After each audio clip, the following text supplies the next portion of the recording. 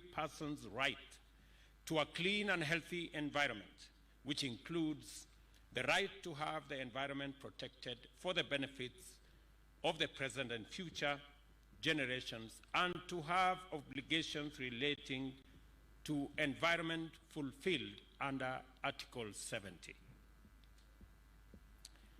Article 69 sets out the state's obligations in respect of the environment, which include ensuring the sustainable management and conservation of the environment and natural resources, achieving and maintaining tree cover at least 10% of the national land area, and eliminating those processes and activities likely to endanger the environment.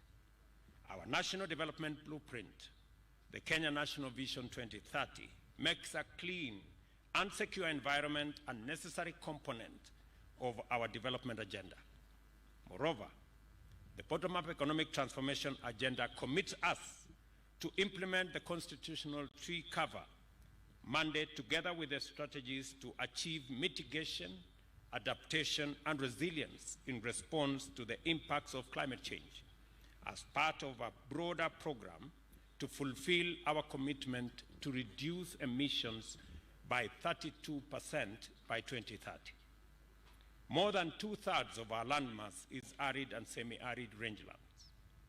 As a result of climate change, extreme weather, including prolonged and severe drought as well as flooding, have caused unprecedented levels of devastation through famine, loss of livelihoods, dried crops, and dead animals, both livestock and, for the first time, wild game.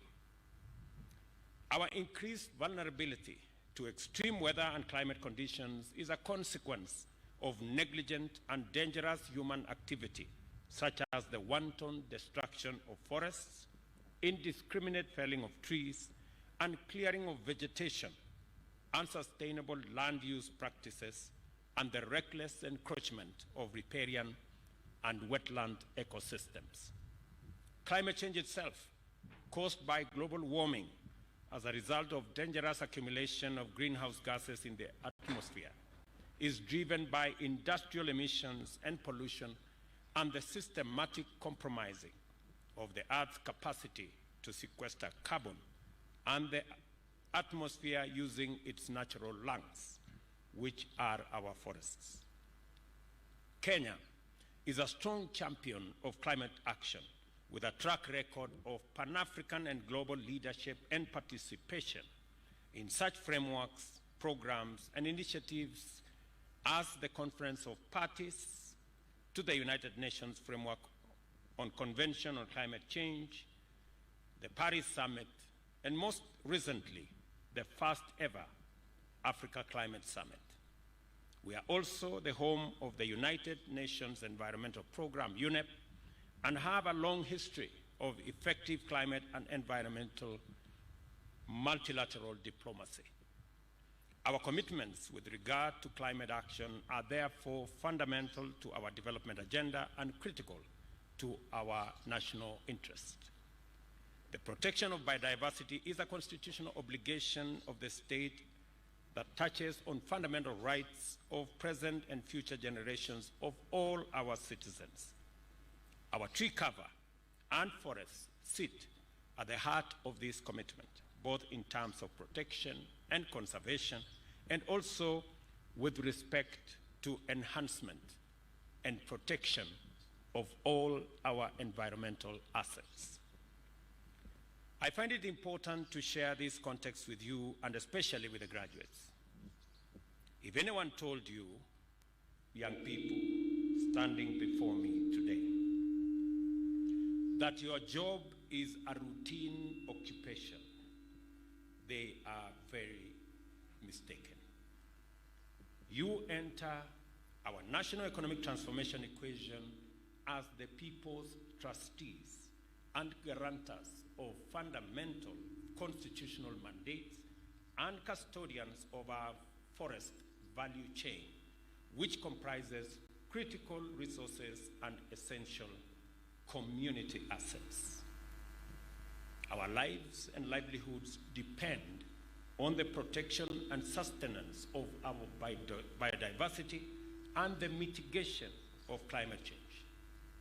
You are therefore expected to be drivers of our national landscape and ecosystem restoration program and lead our organizations, communities, and especially the young people in making sure that our ambition to grow 15 billion trees by 2030 is actualized.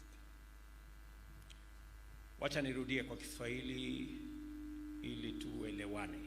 Tumekubaliana ya kwamba majukumu mnayoenda kuchukua kutoka leo sio majukumu ya ajira peke yake.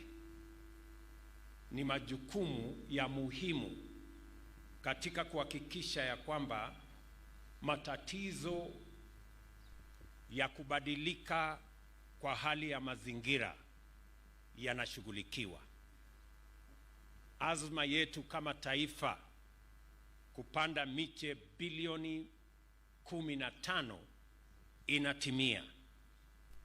Na vile vile tunapata nafasi kama taifa kutumia rasilimali zetu za misitu kuongeza nafasi za ajira na vile vile kuzalisha uchumi wa taifa.